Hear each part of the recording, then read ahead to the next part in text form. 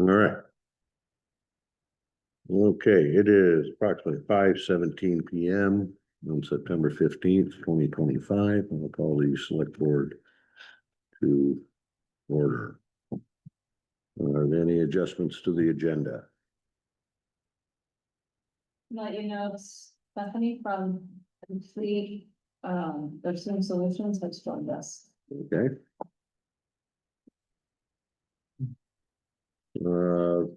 Little time for public comment. Can you address any issues there that are not related to the tonight's agenda? That we can potentially take up in future selected meetings. We can bring up a discussion eventually of the generators here in the town hall. Also with the school. We got an estimate of $5,000 for the equipment flush. Maintenance kind of thing. And I just want to maybe bring up the possibility of looking into replacing the generators due to the fact that they're 25 years old right now, I believe. Yeah, I'm not sure on the date on those, but Just want to throw that out there. How many hours they got on? Off the top of my head, I can't answer that. Can't be very many, I wouldn't think. We'll keep most of it's just the runtime there when they cycle through. Right. Okay, Sure, agenda item? yep.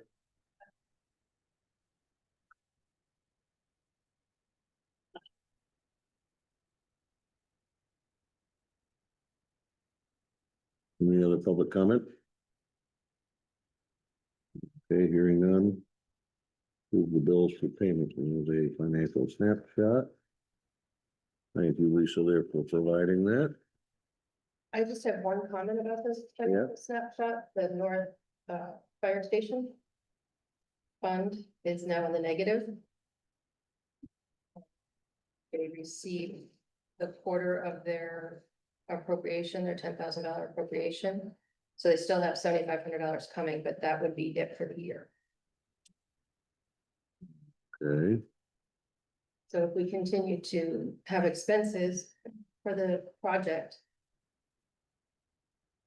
we continue to have expenses. It's my feeling there that, I mean, ultimately, they both are town buildings there and that will have to dip into the other. they'll come out of the other. It comes out of the other, and if we have to net that out to zero. Replace some monies there, however you do that. Yep. Then that would come out of the other fund. Mike, maybe we should wait and have it the next month, but if the bond doesn't pass.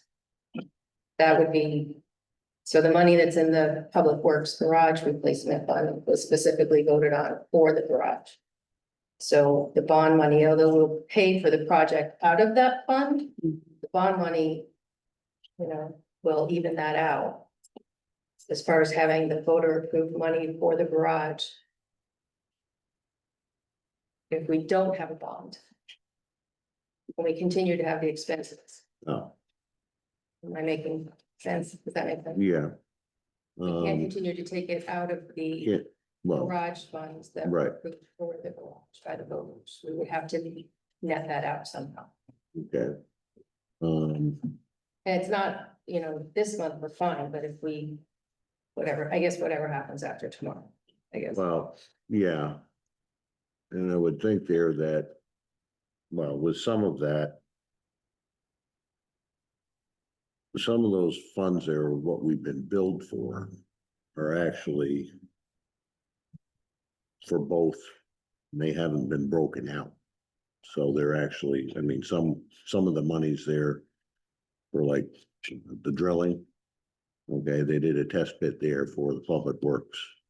Oh, that's specifically for the public works. Well, no, they did some there for the new parcel. And then they did a drilling there for, So everything to date, I've split 50-50, except for the expenses for the fundraising of the fire station. It Okay. completely came out of the Yep. fire station fund. Everything else has been split 50-50 okay, all right, up until. yeah, okay. And some of the expenses on the warrant have been accounted for in that negative number, In the negative, yeah, so we could pay those. yeah. Okay, we still have 7,500 to go in there this year, but okay, after that, it would be. all right. So there is surplus, there is contingency reserve fund money, just something to be thinking about how we're gonna, How we're gonna expend that or, and it may not be an issue after right, tonight. okay. All right. Anything else, Lisa? That's all I know. Okay, that was a big one. Okay. Any other discussion here on the financial snapshot? And then we'll move on to the warrants. Any discussion on the warrants? We have a number here of $111,868.85. Any questions? I'll make a motion that we approve the warrant for $111,868.85. Joe makes a motion. Do I have a second? I have a second. Tim seconds. Further discussion? Hearing none. All those in favor say aye. Aye. Those opposed? Motion carries. I'll pass that around to be signed.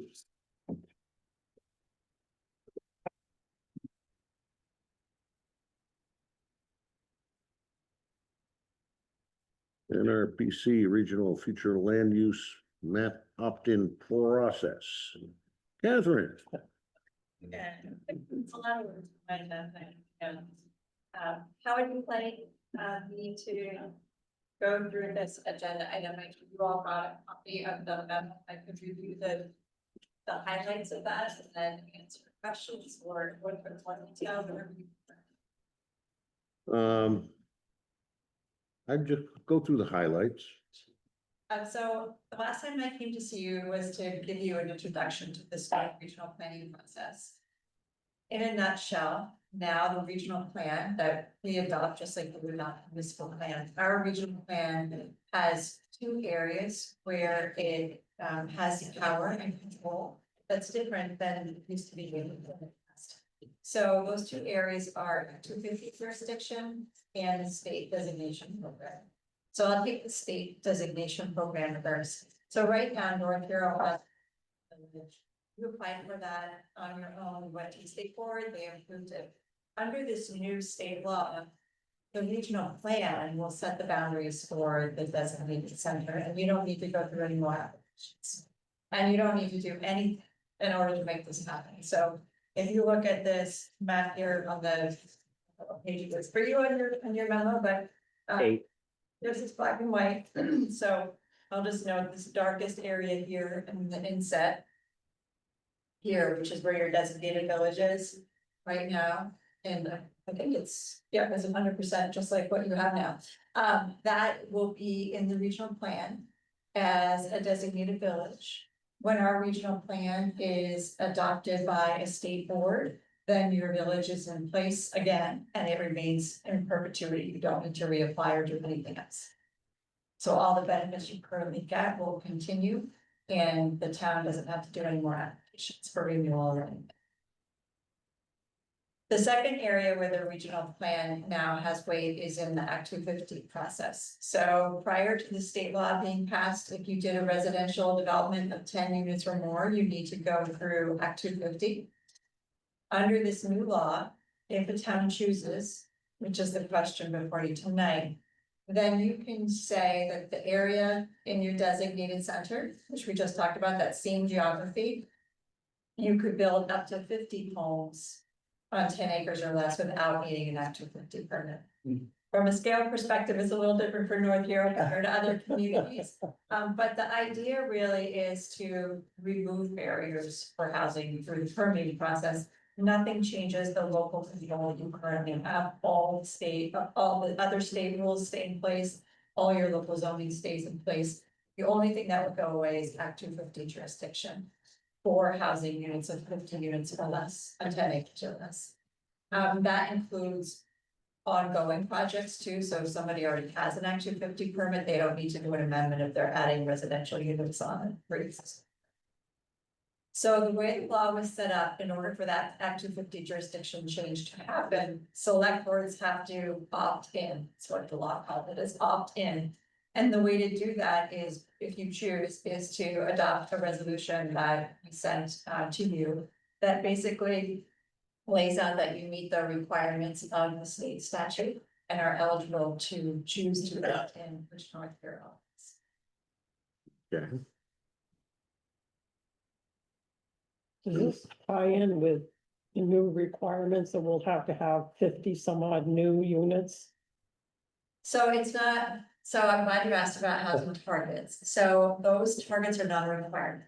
So the regional plan also includes new housing targets for every municipality in the region that show basically if our housing market were to be corrected and we would have homes available for people who are looking for them and the price increases were to slow down and vacancy rates were to normalize, that's the number of housing units that North Hero would be North Hero's share.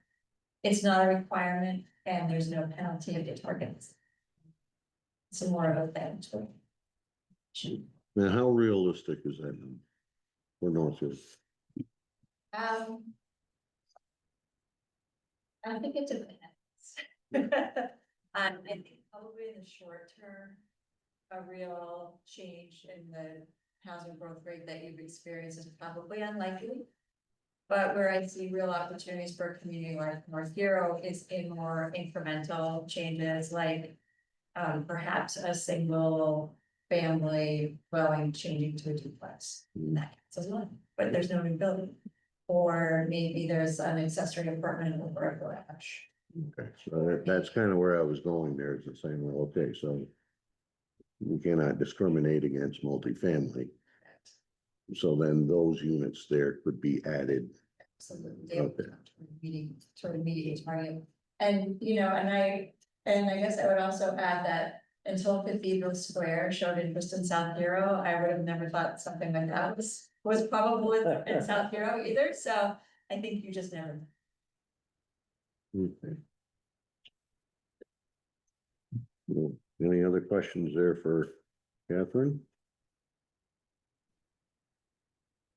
So. In front of us there, we do have the opt-in memo. And we do have our resolution.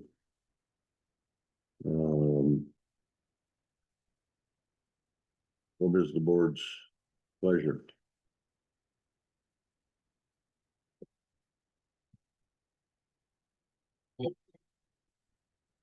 Is there any negative that we should be aware of? Well, being there that it doesn't supersede, none of this there supersedes our zoning. Or any other state permits there, so therefore. I mean, we're still in control. Right? So what's the benefit? The benefit there would be then potentially for a homeowner or a development company, correct? And so they don't have to go through the whole Act 250 process. So would an example be?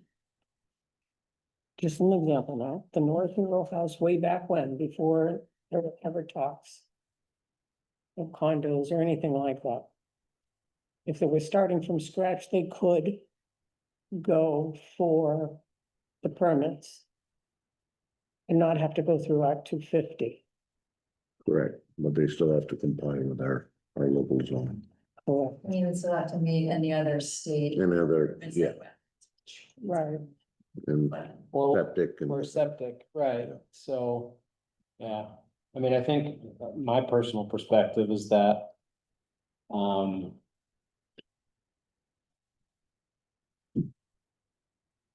If we have an opportunity here to take advantage of some increased flexibility for future. Housing unit development in our village center. It likely checks some boxes. I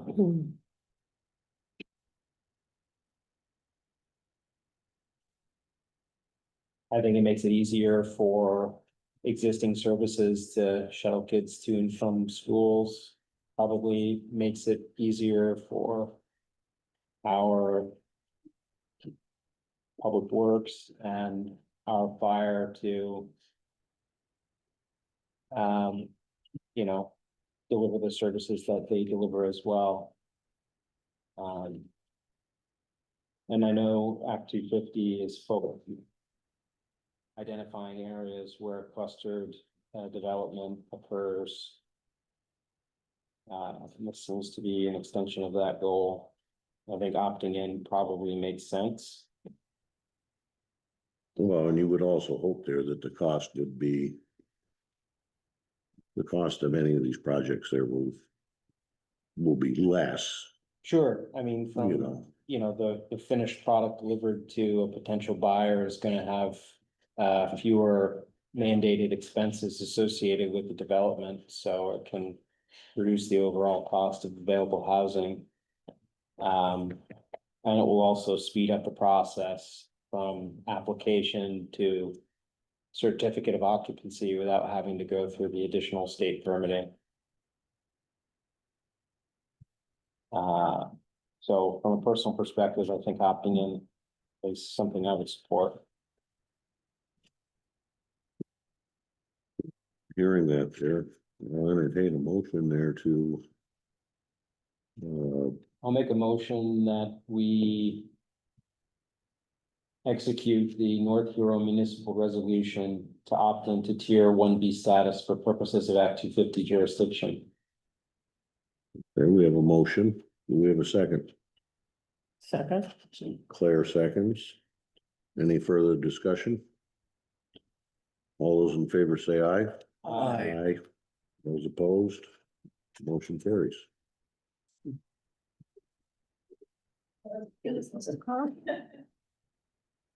Thank you. Good idea. The fifth community in the region. Okay,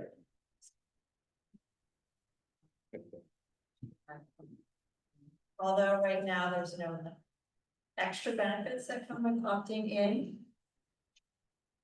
I wouldn't be surprised if there were in the future, but I didn't want that to sway your decision because there is nothing other than that hasn't been really talked about. So. well, I'm sorry you had to come all the way out here for something that was so easy here. You know? Oh, there you go. You got a great day for traveling. So. It's not gonna take me on the way here. I don't say. All right, well, thank you very much, Catherine.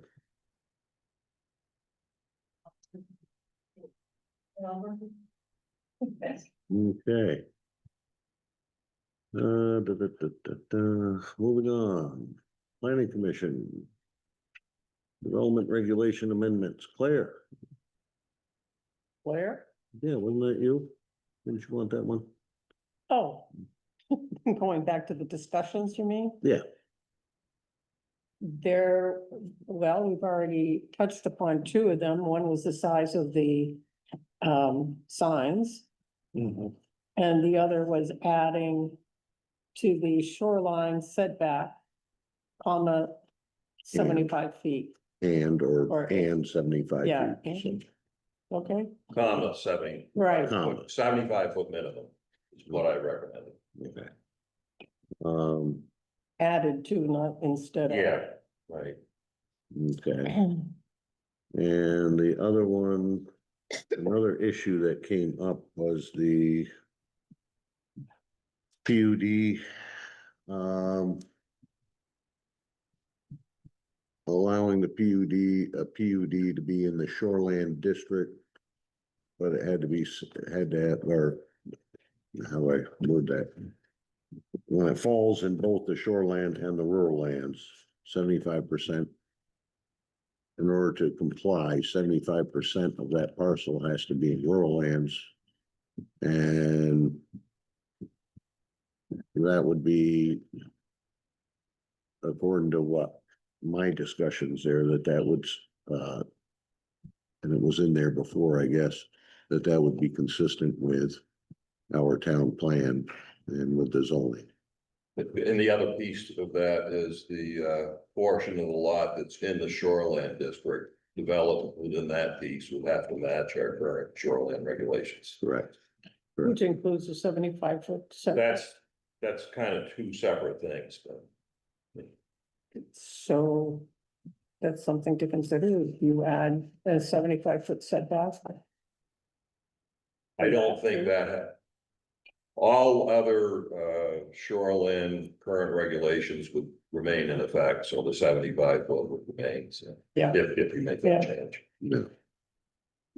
Okay. So that's just something there for the board to be aware of and we have future discussion on this, so that when we have our hearing, which is October The second. 20th? Yeah. 20th, I think, October 20th. Okay, Carl, I had a practical element to add. sure. When Claire requested this to be on the agenda, she asked me to also look into what the mechanism would be for making changes. Mhm. From a just mechanic standpoint. So I reached out to Greta, who said that if the select board has changes to make, they can have the changes made by whomever manages the document, whether a planning commissioner or a consultant. However, the statute assigns the planning commission with the responsibility of updating the bylaw adoption report. And she talks a little about the report, which I'm not familiar with. But the important thing is if the select board makes any substantive changes to the bylaw, they must be filed at least 10 days prior to the final public hearing. So if on October 20th, On October 10th. yes. So we would want to have a decision on what changes we would want. We need time to get them to the planning commission. They need to update the report and we need to distribute the report 10 days Yeah. before the hearing. So Planning commission will make the changes and update the report, no issue there. So I'm glad you brought that up, Claire. I think our Yeah. timeline's tighter than we thought. Mm. So I think tonight we're really discussing, do we want to finalize tonight and transfer these things to the planning commission for this year? Or do we want a special meeting to stay on target, or do we want to push the hearing? Which has already kind of been out there in the public. I've had people call and ask about it. So when we're looking at the changes and you say substantive changes, are these substantive changes that the select board would be making or substantive changes that the PC is making to the, so it's just what the select. It's all in your hand. Yeah, so are these substantive? That's my question. I would say they are. I mean, they're. Even though that they were in there before, They're not in there now, they're not in there now. so. Well, I think any changes, whether they're substantive or not, need to be made before your public hearing. Right, The other option is to not do anything, have the public hearing, and then make changes, but then you would have to have at least another Right. public hearing. Right. So if you want to just do one public hearing, That's a good option. Yeah, that's an option, about it, but yeah, that's. yeah, so. okay. Well. What does everyone think? Personally, I would like to see the changes in writing. And be able to critique them a little bit, Say that again. see the changes in writing and critique them a little bit from there, and then. Go to the public with it, So you'd like to have a pass special meeting. it probably. back to. Yeah. PC, Before changes are made or make the changes and pass it back. There's no sense bringing it back to us unless you're making changes. Right. Right, Unless you want us to start the process all over again. Well, no, what she's saying is that because you're in charge of this document, you would make the changes, so. Yeah, absolutely, we'll make the changes, we'll update the report, that's not an issue. Okay. But you folks need to decide what changes you want to make. okay, So we'd like give you a list Yeah, and you would incorporate it however's appropriate for this document. and the public warning for the hearing would include updated documents with the changes. Which is that what this adoption report is? Because she's very keen on this adoption report. Like, I think because there is a bylaw report, I think that's what she's saying. That was in the select board's agenda packet right, when we first, yeah. it was just a one-page But that document. would be updated. That would be updated, There weren't that many I don't think there were that many, John. No, it was all one page, I think, maybe just barely onto a second page. Um.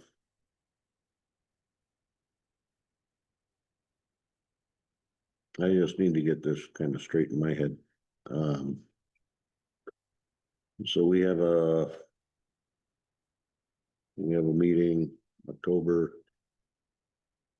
Our first meeting in October is what, October 6th? Yes. Well, the PC next meets what, the 23rd? Right, So that's Oh. what I was thinking is Right. we would want to have our changes to them Right, by the 23rd. Means you have to agree for the day, basically. Mhm. Or right, have a special. or have, yeah. Um. Well, what does the board think? I'm open to everything. We should give them a list of changes. We've discussed what the changes are. It shouldn't be that hard to come up with a list, right? Right, Signs. And, well, that's what I saw, was the signs and the 75 foot Yeah, minimum. sounds like you're okay with the PUD, so it's, the PUD there, I mean, that should be probably added back in there. What, but that's in there now. The PUD is with Yeah. the 75%, Yeah, that's in there that's, now. that's in there now. yeah, Okay, excuse me. when So, you say that was one of the things you brought back, Exactly, Oh. 75%, right? okay, yeah, Right. that's in there now. all right. And in addition to that specific section, it refers back to everything that you have to follow for shoreland stays, like, Yeah, that stays, and then yeah, 75 foot minimum. exactly. I So think there are that those, satisfies most everybody's concern. yeah. So do you want more time to look at these things? And I don't yeah, as know long as what those that- changes are being made. Hmm? So it sounds like signs are still somewhat up in the air, and I understand why, I think. We wrestled with that quite a bit. And there may be a better way to do it. And, I'll just hand this to you, Carl, a suggestion, this is Grand Isle, this is how they handle it, I have it highlighted.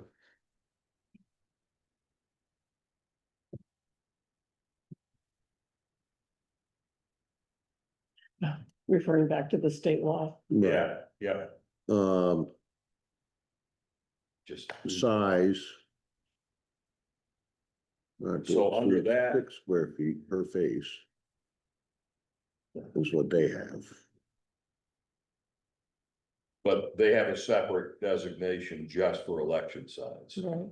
Mhm. So if we were to do something like that, I assume we would leave our temporary sign language as is and add that, that's just, That is a good. I throw that out as a possibility.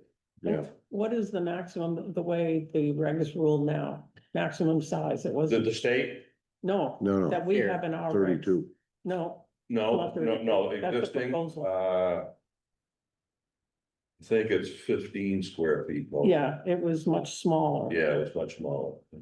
In total. Yeah.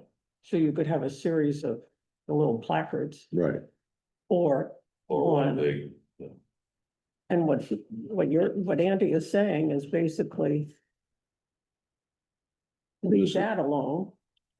that's as a possibility, again, it's laws in your court. now. so to leave the 32 square feet there, but add the, basically a time. No, I you're would, 32. yeah, I would get rid of all of the changes we've proposed for signs, just go back to our current what? language on temporary signs and add that, that's All right, an option. okay, Can I see it? When you get done? Look at it, yeah.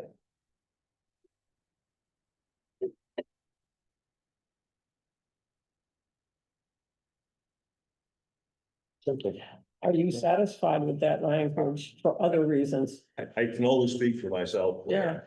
We haven't discussed that in the planning commission. Hmm. But Because we yeah, I would wanna, be happy with it. yeah, we want to protect Yeah, the ZA. so it'd be the 15 square foot on the signs. Goes back to that, we had the 75 foot setback.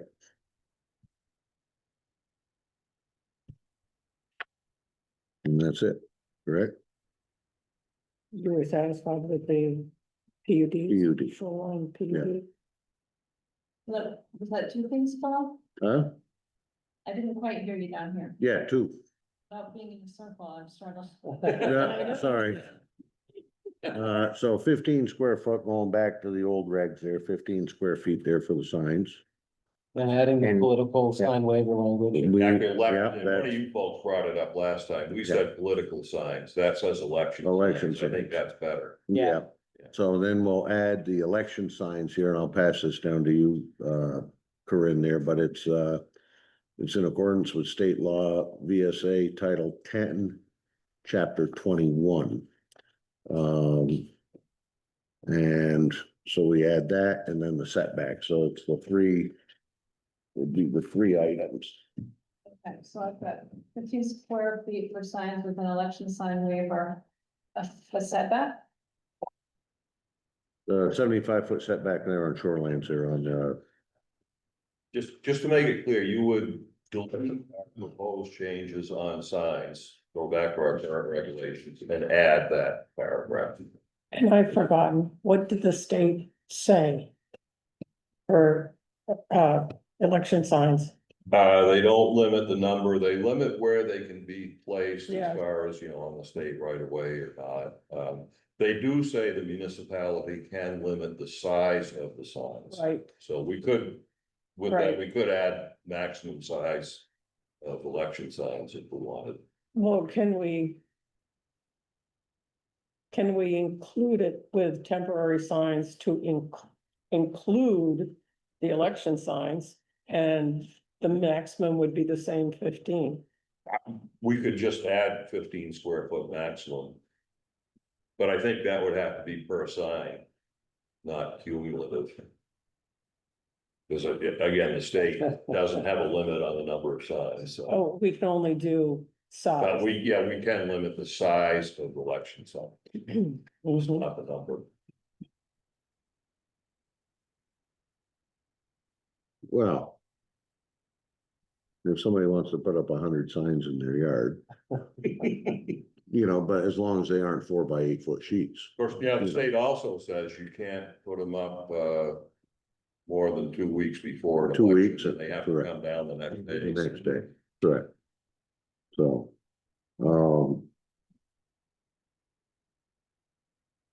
like I said, if somebody wants to clutter their yard there with 100 signs there, so be it.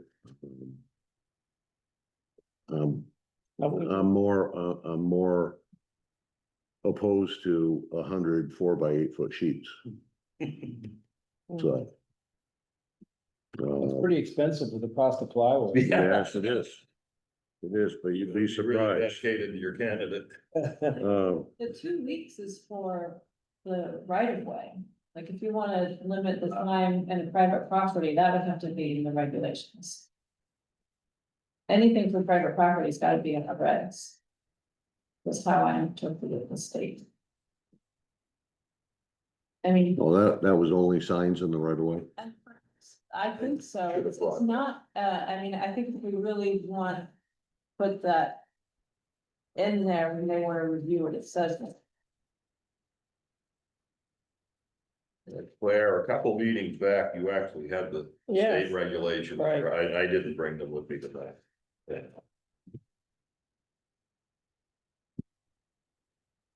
What's the statutory site? It is Title 10, Chapter 21.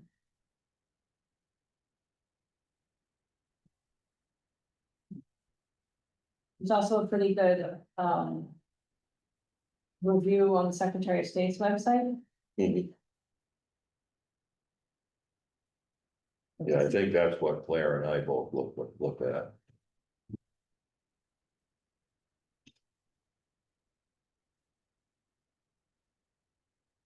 It just gives a chapter, it doesn't give a section. Number of signs, permitted locations, on premises signs, exempt signs, so there's a number 490 through 494 in chapter 21. But I'm not sure this is inclusive of all of the references in statute. This is for businesses, it's under tourist information services and economic development. Yeah. So, Secretary of State site is specifically on election signs. But if we have the size limitation, which is really what was driving this. The state, I don't see how it would be in conflict. They just don't, you just can't limit the numbers. But you Yeah. can limit the size. The sign. We can Which limit the limits.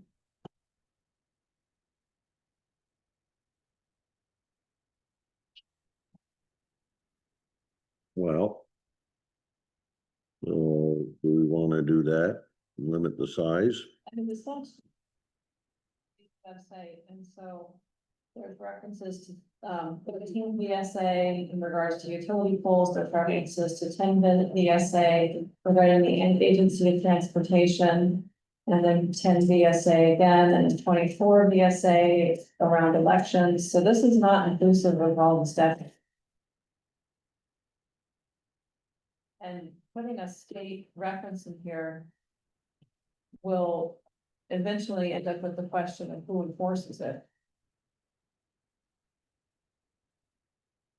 Correct. Yeah. And we don't wanna inadvertently create.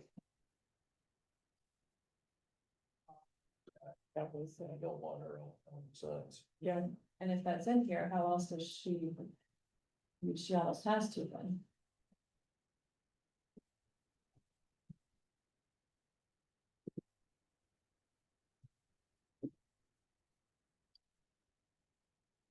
so.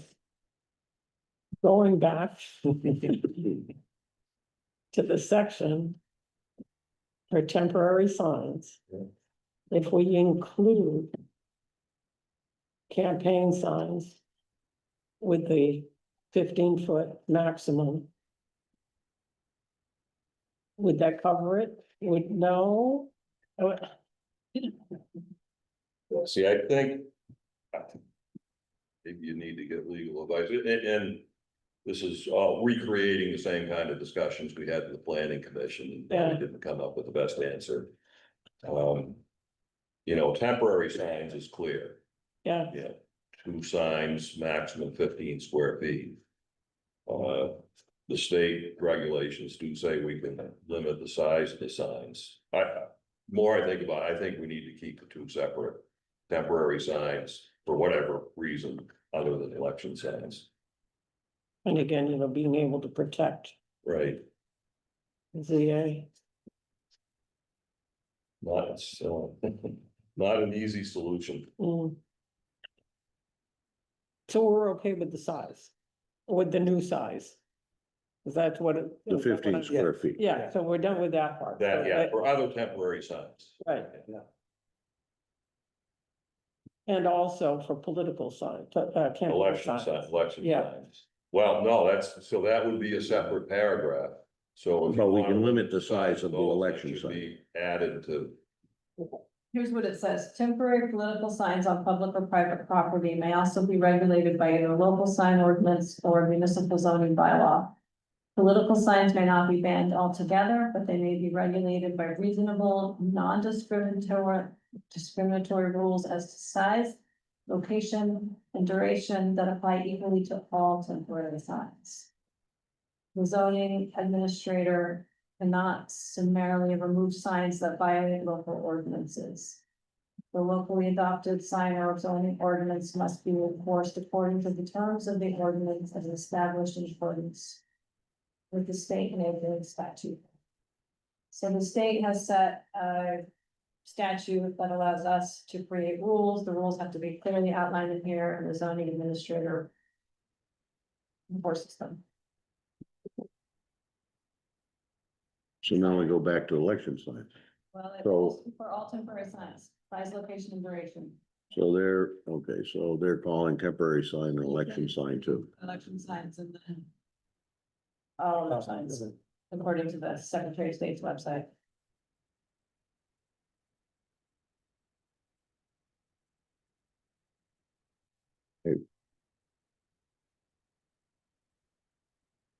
you have to limit it to 15 square feet, correct? That's what we had before, was 15 square feet in total. That's the Correct. part that can't be anymore, for the Well, campaign signs, it can't say in total. yeah, I don't think since we can't limit the number of Right. election signs. Hmm. I don't think we can regulate the total square footage, but we can say each sign should be no bigger than whatever. Mhm.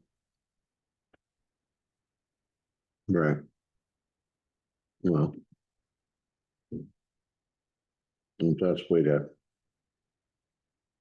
keep down the size on the signs. If that's what the board wants, that's fine.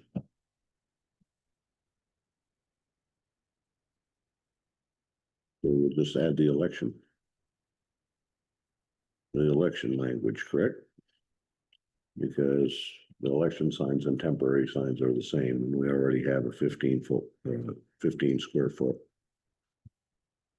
recommendation there on signs.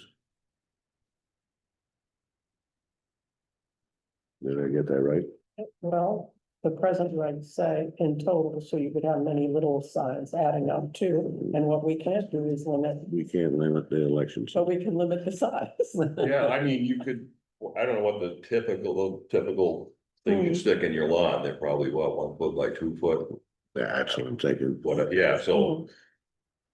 You can't limit the number of signs, but you can say the maximum size of each. Right, so if we go maximum Whatever size there, say 2 square feet. Right, 2 square feet, three square feet, call it three square feet. You guys in agreement on that? Yes, I'm good with that. So 3 square feet, and we can't limit the number, so. So would we say election signs are subject to the same regulations as temporary signs? Accepting that there was no limitation on the number of signs? Or do we go back to what Grand Isle did, which you just saw, just add to that maximum of 2 square or 3 square feet per sign? Yeah, but I'm thinking about Corinne's comment there about abrogating state enforcement authority here on a local level. And there's a lot of different citations that are covered. And so before I just say, hey, let's adopt 10 VSA chapter 21 and all the connected and pertinent regulations, we should probably know what they are. And the ZA should be apprised of what the enforcement requirements would look like. If we're required to have uniform and equally applicable regulations for election signs and temporary signs, with the only exceptions being the number of signs cannot be limited with election signs, but the size can be restricted. I think then we would also be in a position where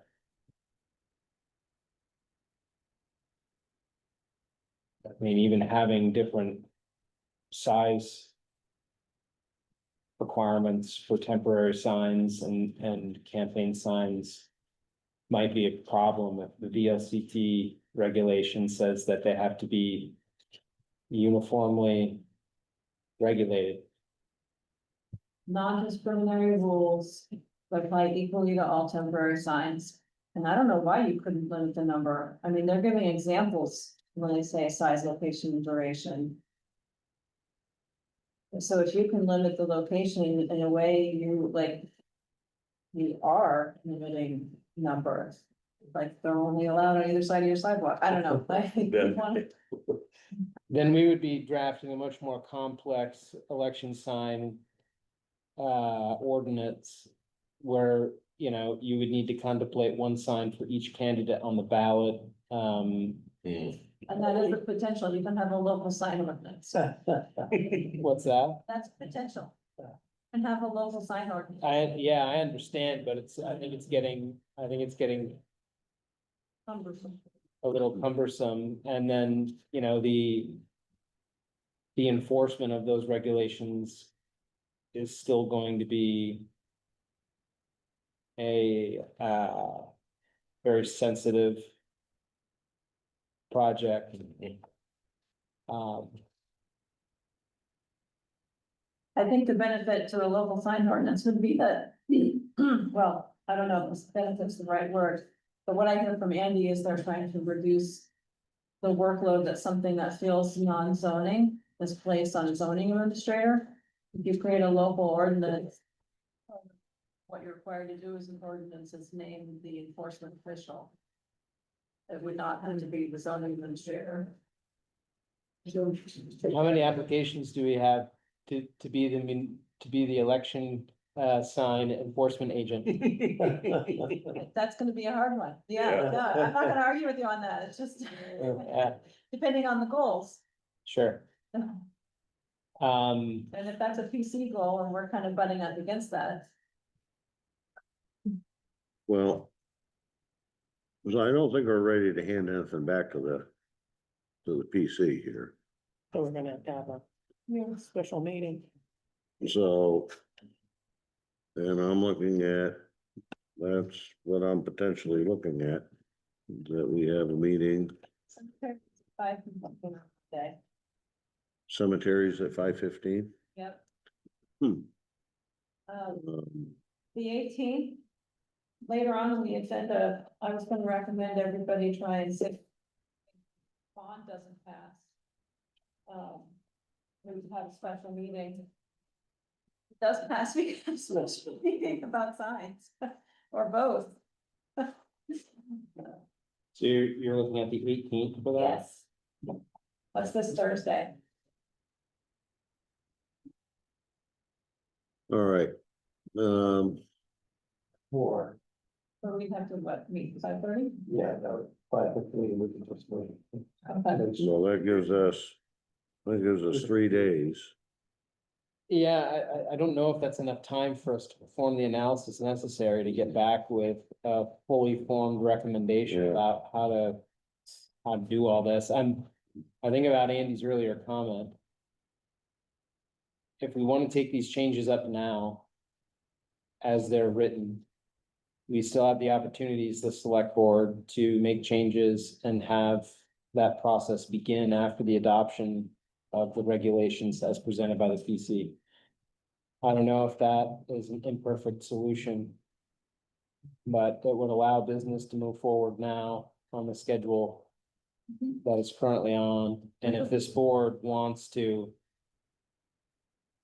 sink its teeth into kind of taking a look at these regulations and making sure that any changes that are necessary for the campaign signs and setbacks are presented and voted on before election season's upon us, that gives us maybe a little bit more time. But At your public hearing, you could just present a list of what you're gonna send back to the PC and then get a revised document and have a final public hearing following that. So we're gonna have an extra meeting anyway, either a special meeting or You've after. got, well, what is July of next year Hmm. before you have to take actions. So we could go the regular route. Yeah. Okay, I mean, I'm typically not an advocate for kicking the can down the road, but I think the regulation of campaign signs has proven to be the kind of issue where we need to be very deliberate if we're gonna be making suggested changes. correct. I agree. It's Okay. We're not. not a whole lot of time right now to formulate something. Okay. So we are going to wait on this. Did I Continue hear- discussion and I think we can continue the discussion, but if this board is set on the 75-foot setback. You know, if some of these other issues, you know, the board is feeling very strongly that are necessary changes to be promulgated before the meeting on the 20th, then we could certainly take those up, but maybe have the discussion regarding the regulation of campaign signs occur after. I guess I would also encompass, but I mean, in the state statute there, I mean, it's. So we have election signs, so if we wanna separate it, like what Randall has done. Separate it out,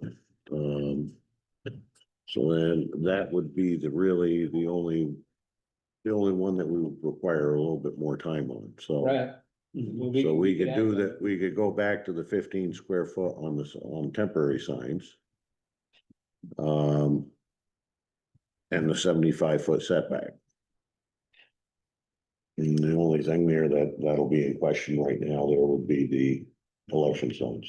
I think so, and we could take that issue up separately, I don't know. So I'm here, you're gonna go ahead with the public, hearing on the 20th, and then. A second public hearing at some point. To really just talk about signs. Or so, Yeah, that's kind of the way. you know, I see it. there may be other things that come up at the hearing on the 20th that you Right. may Right, Right, like react to, yeah, who knows? okay. All right, I'm good with that. okay. All right, let's do it that way then. Everybody in agreement? Yes. Okay, now that we really killed that one, vacancy. The planning commission. We all know there, and my regards there to Dorothy Terrio, with the loss of Michael Cunningham. Michael Curtis, excuse me. Anyway, we're in receipt of your letter. Reading through, I guess a forthwith can be, it can be, I guess, determined here, one way or another, so. Yeah. I mean, I don't. Do you foresee anything here that possibly there with the loss of a member? Where that could lead to any issues from now until March? I don't see it, we've got a couple of things we need to do at the next meeting, like capital improvements. But we're gonna be focused on updating the town plan, that's gonna be a long process. So I don't know of anything urgent for the next few months, that would be a problem. And the town plan won't happen until after finalized, right, till after March. I mean, Oh, that's that's gonna take a problem. while. Updating the town plan is Yeah. probably a 1 year Yeah, Yeah. okay. deal, Yeah. at least. Okay, so. Is the board good with that, to leave the vacancy Yep, yes, until March? yep. Okay. Municipal planning grant.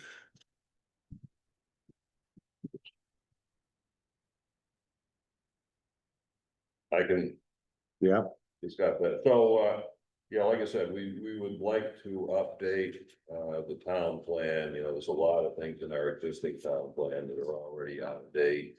You have a lot of new state regulations that we gotta consider. So what we'd like to do is obtain a grant to hire a facilitator to help us through the process. The municipal planning grants are available up to $30,000. It would require a 10% match of the municipality. I don't think it would ever cost $30,000, but in any event, we're just ready to start the process of applying for the grant. We have somebody from the Regional Planning Commission coming to our meeting next week to explain the process. They're gonna help us fill out the application, which I think is due the end of October. okay, So, that's where we're at right now. okay, If you we want, don't get any grant, then that'll, maybe make a difference as to how we handle it. all right, so you're looking for board approval there to vote for Seek the, to seek yeah, the to turn in grant? the application to ask for the grant. Okay, any further discussion on the board here, as far as that goes? I'll entertain a motion.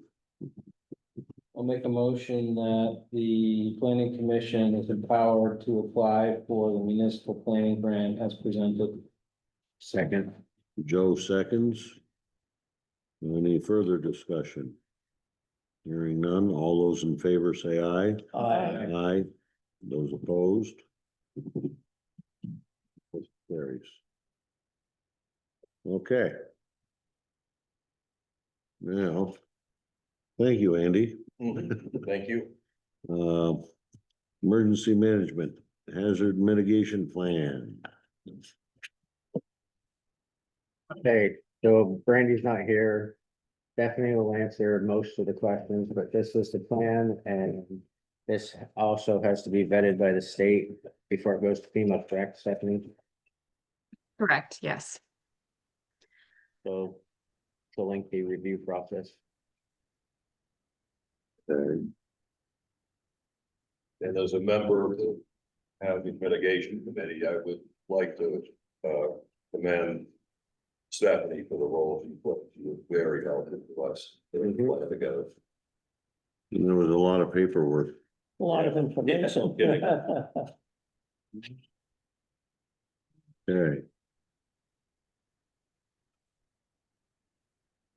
So what's the board's pleasure? You have any questions on that? Just a moment. Make sure.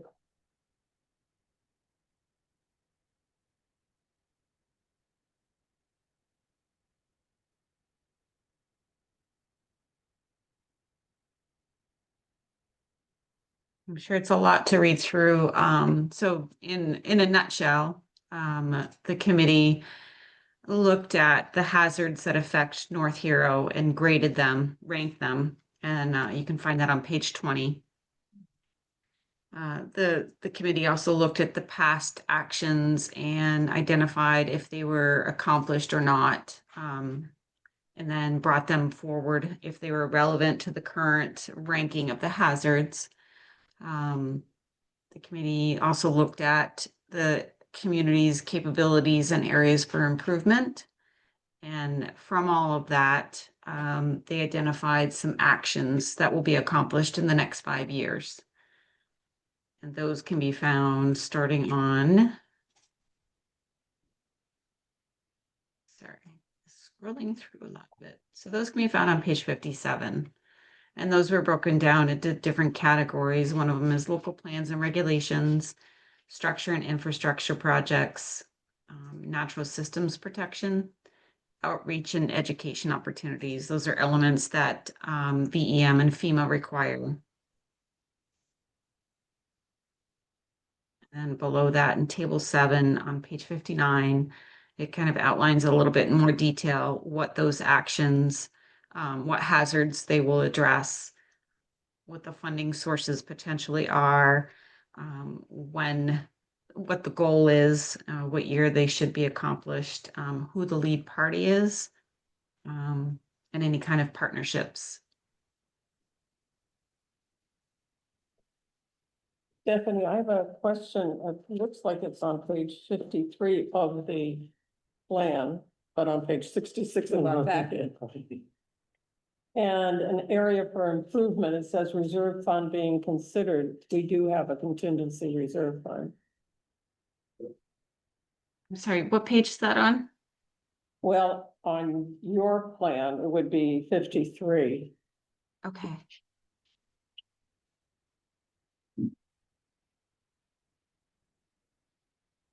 And then Apologize, our- what was the question? Well, it says areas for improvement. And it says the reserve fund being considered. And in paren, 20% of the operating police, we did set up a contingency fund.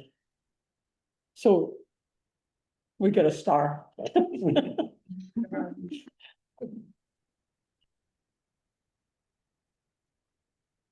I can update that, say that area, that is in progress, almost implemented sort of language, if you'd like. Mm-hmm.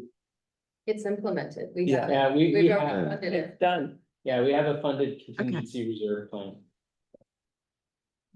But wasn't the intent, and this was specifically for hazard mitigation, or was it intended for overall contingency fund? I forget. So I was trying to remember is exactly when we addressed this, because I don't think we had, I don't think it was finalized when we Oh, started. yeah, I think that's probably. I think it was just earlier on. Because we've been doing this for what, A while. almost 2 years, so. Yeah. Yeah, I mean, under financial, it says North Heroes. 2026 town budget, 25-26. Presumably there's a typo there. It says Yeah, I see that. 2026 is 975,000. With 367 going to the highway department, that is separate from the general fund.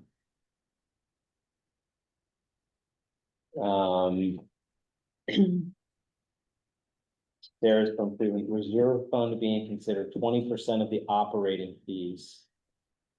My presumption is that 20% of the operating fees is referring back to the town budget of 975,113. But if it's not, then I guess we could benefit from some clarification there.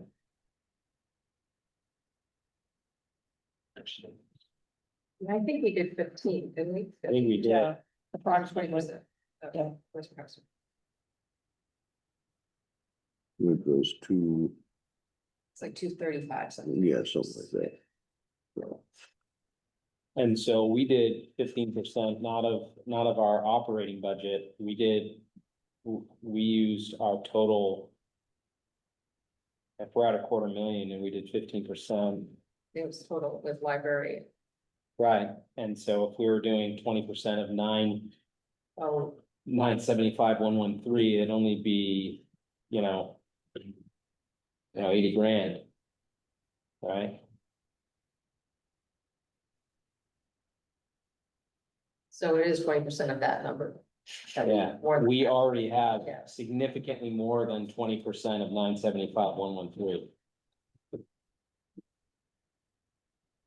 well, if you'll make that change there, Stephanie, that'd be great. Yep. That it has been implemented and. All right, any other questions there for Stephanie? Do we want approval on this plan? Subject to the changes that we just, Subject to the changes, I'll entertain a motion. I'll make a motion that we adopt the hazard mitigation plan in front of us, subject to the changes that we discussed on the record. Second. Blair seconds. Any further discussion? All those in favor say aye. Aye. Those opposed, motion carries. Thank you very much, Stephanie. Thank you, Stephanie. Thank you. We have a good rest of your evening. Uh, I'll see you all back here, so. All right, Hey, Andy. And okay. On to the next one, under IT server decommission update, and then we have Alan remote meeting platform discussion. All right, Corinne, Lisa, whoever wants to. See how fast I can go? Yep. Okay, we're working on decommissioning our server. We've realized that not all items will be accounted for in the original budget. We're currently waiting on 3 quotes and I'll be back to you. okay, thank you. Our remote meeting platform discussion. The remote meeting platform is whether or not to use Zoom or Teams. I am now recommending Zoom. The OWL discussion is upgraded hardware because as we all know, it's been glitching for about a year. It's on its final leg. Lisa has been working hard, researching options for that, has a meeting this week. I think I've asked you 10 times, so I can't remember. I hope to be a part of that, but we will come back to you. Especially after the budget building with more on this. Okay, thank you. Very good. Did I miss anything? That was very nice. Okay, fire station and public works garage project, discuss special meeting following the bond vote. And then ratify approval of Seaboard drilling contract.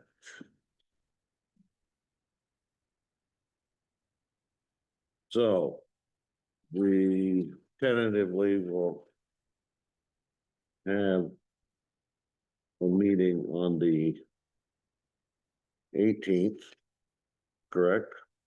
Is that what we had discussed? Yeah, the North Station Building Replacement Committee, when they met, they wanted to, kind of get together and discuss how to move forward if the bond does not pass. All right, so this is contingent upon failure of the bond. Yes. So special meeting requires 24-hour notice, so if it does not pass Wednesday, I will send out a special meeting agenda for Thursday. I didn't actually determine a time, it would be later. Because I think it'll be, right? But I mean, even the mechanics of, right, does it on, keep going, I mean, he's spending a lot of money right now, so we'll need to make pretty quickly if it doesn't pass. Hmm.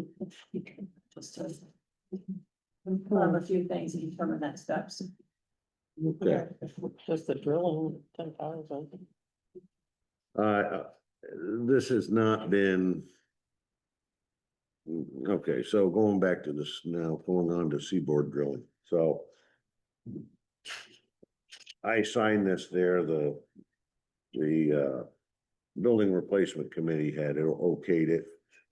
I ended up signing it there, it was not on the warrant, put it that way. They needed a signature on this there to maintain their schedule. I'm not sure what the final amount is, since they did not have to, they had estimated 3 days. And they were only there for 2. So I'm assuming there that there will be a reduction of $2,250.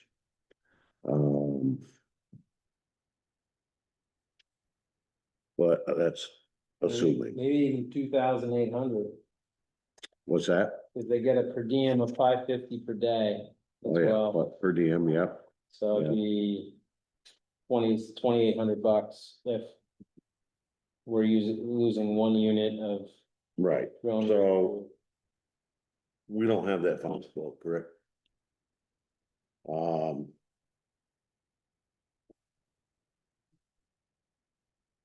So why don't we, I'll make a motion that we approve the seaboard drilling estimate S-25-1016. And then they are paid up to 10,784. With the exception that we seek appropriate a reduction of 2,800 based on the modified drilling schedule of 2 days versus 3. okay, we have a motion, we have a second. Joe seconds. Any further discussion? All those in favor say aye. Aye. Those opposed? Motion carries.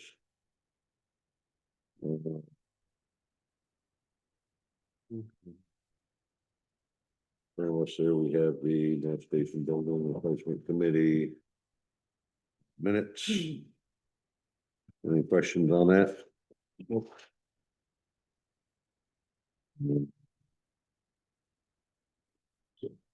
So are these, other than the seaboard, are these others that were approved included? Okay, so it's just That- seaboard that Yeah, was not, just Seaboard, correct. okay. All right, Public Works, I can make it quick also. good. They're working on the MRT feature in the North End Road West, within the ditching project, and there's a place at culvert that crosses North End Road West. They're done the ditching, should finish up the actual ditching tomorrow. One more days and a half. Change that over. Met with the tree guy today. He's taking down 2 of the big maples there at the library, and he's gonna give me an estimate on the 3rd maple, which is very dire need of coming down also. One of them practically came down as it's cutting it, so it's a good thing that.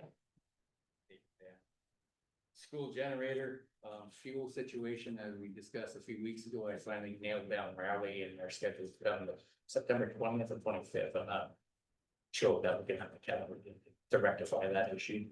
Okay, And I met with Joe Bartlett from Fitzgerald Environmental on Pilots Shore Restoration progress, just to keep that moving along forward.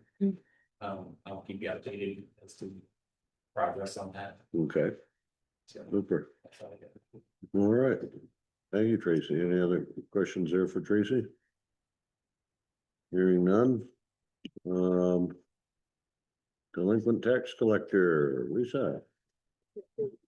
Just update you every other, the delinquent report. Realize I haven't sent it this month, so there's your bi-monthly report. In your packet includes those who have not paid their first installment for the current fiscal year.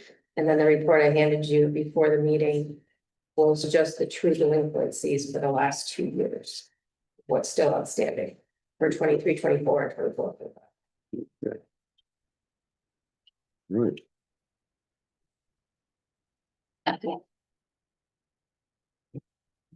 And we have not heard back from Michael Tarrant. We have not heard back from Michael Tarrant about the tax sale on the 2 properties for 23, 24. Okay. Alrighty, thank you, Lisa. Purchasing policy approved, procurement policy to replace current purchasing policy. So.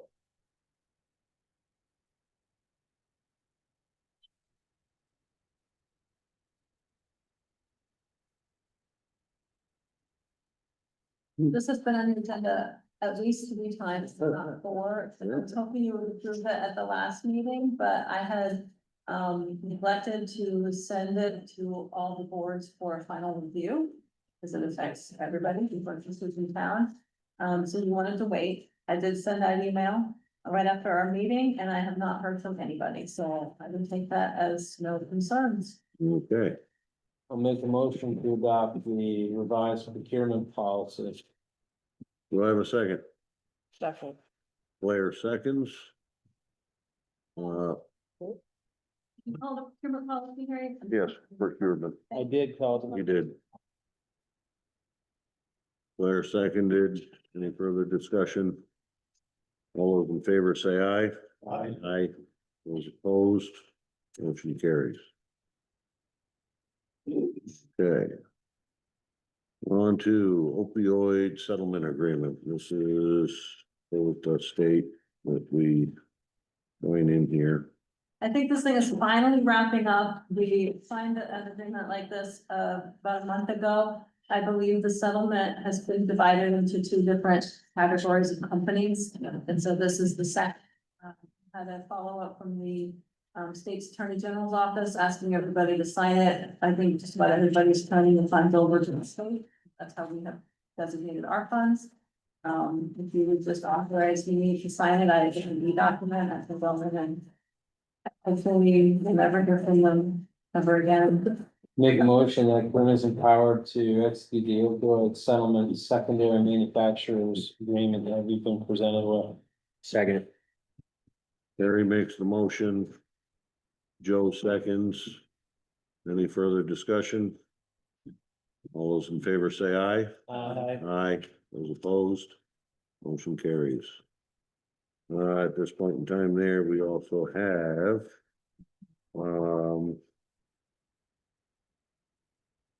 we just have appoint delegate to the VLCT annual meeting. Corinne has done this previously. I'll entertain a motion to appoint a delegate. Make a motion to appoint Corinne Julo as the VLCT delegate from North Bureau. Second.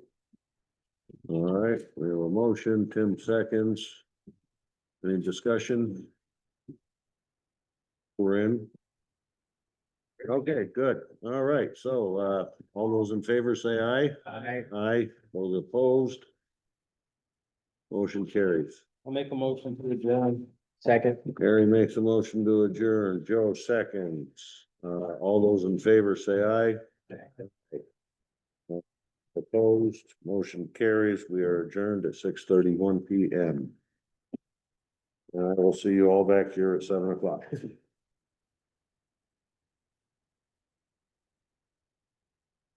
You're here for the 7 o'clock meeting? Yes, he is. All right, thank you all.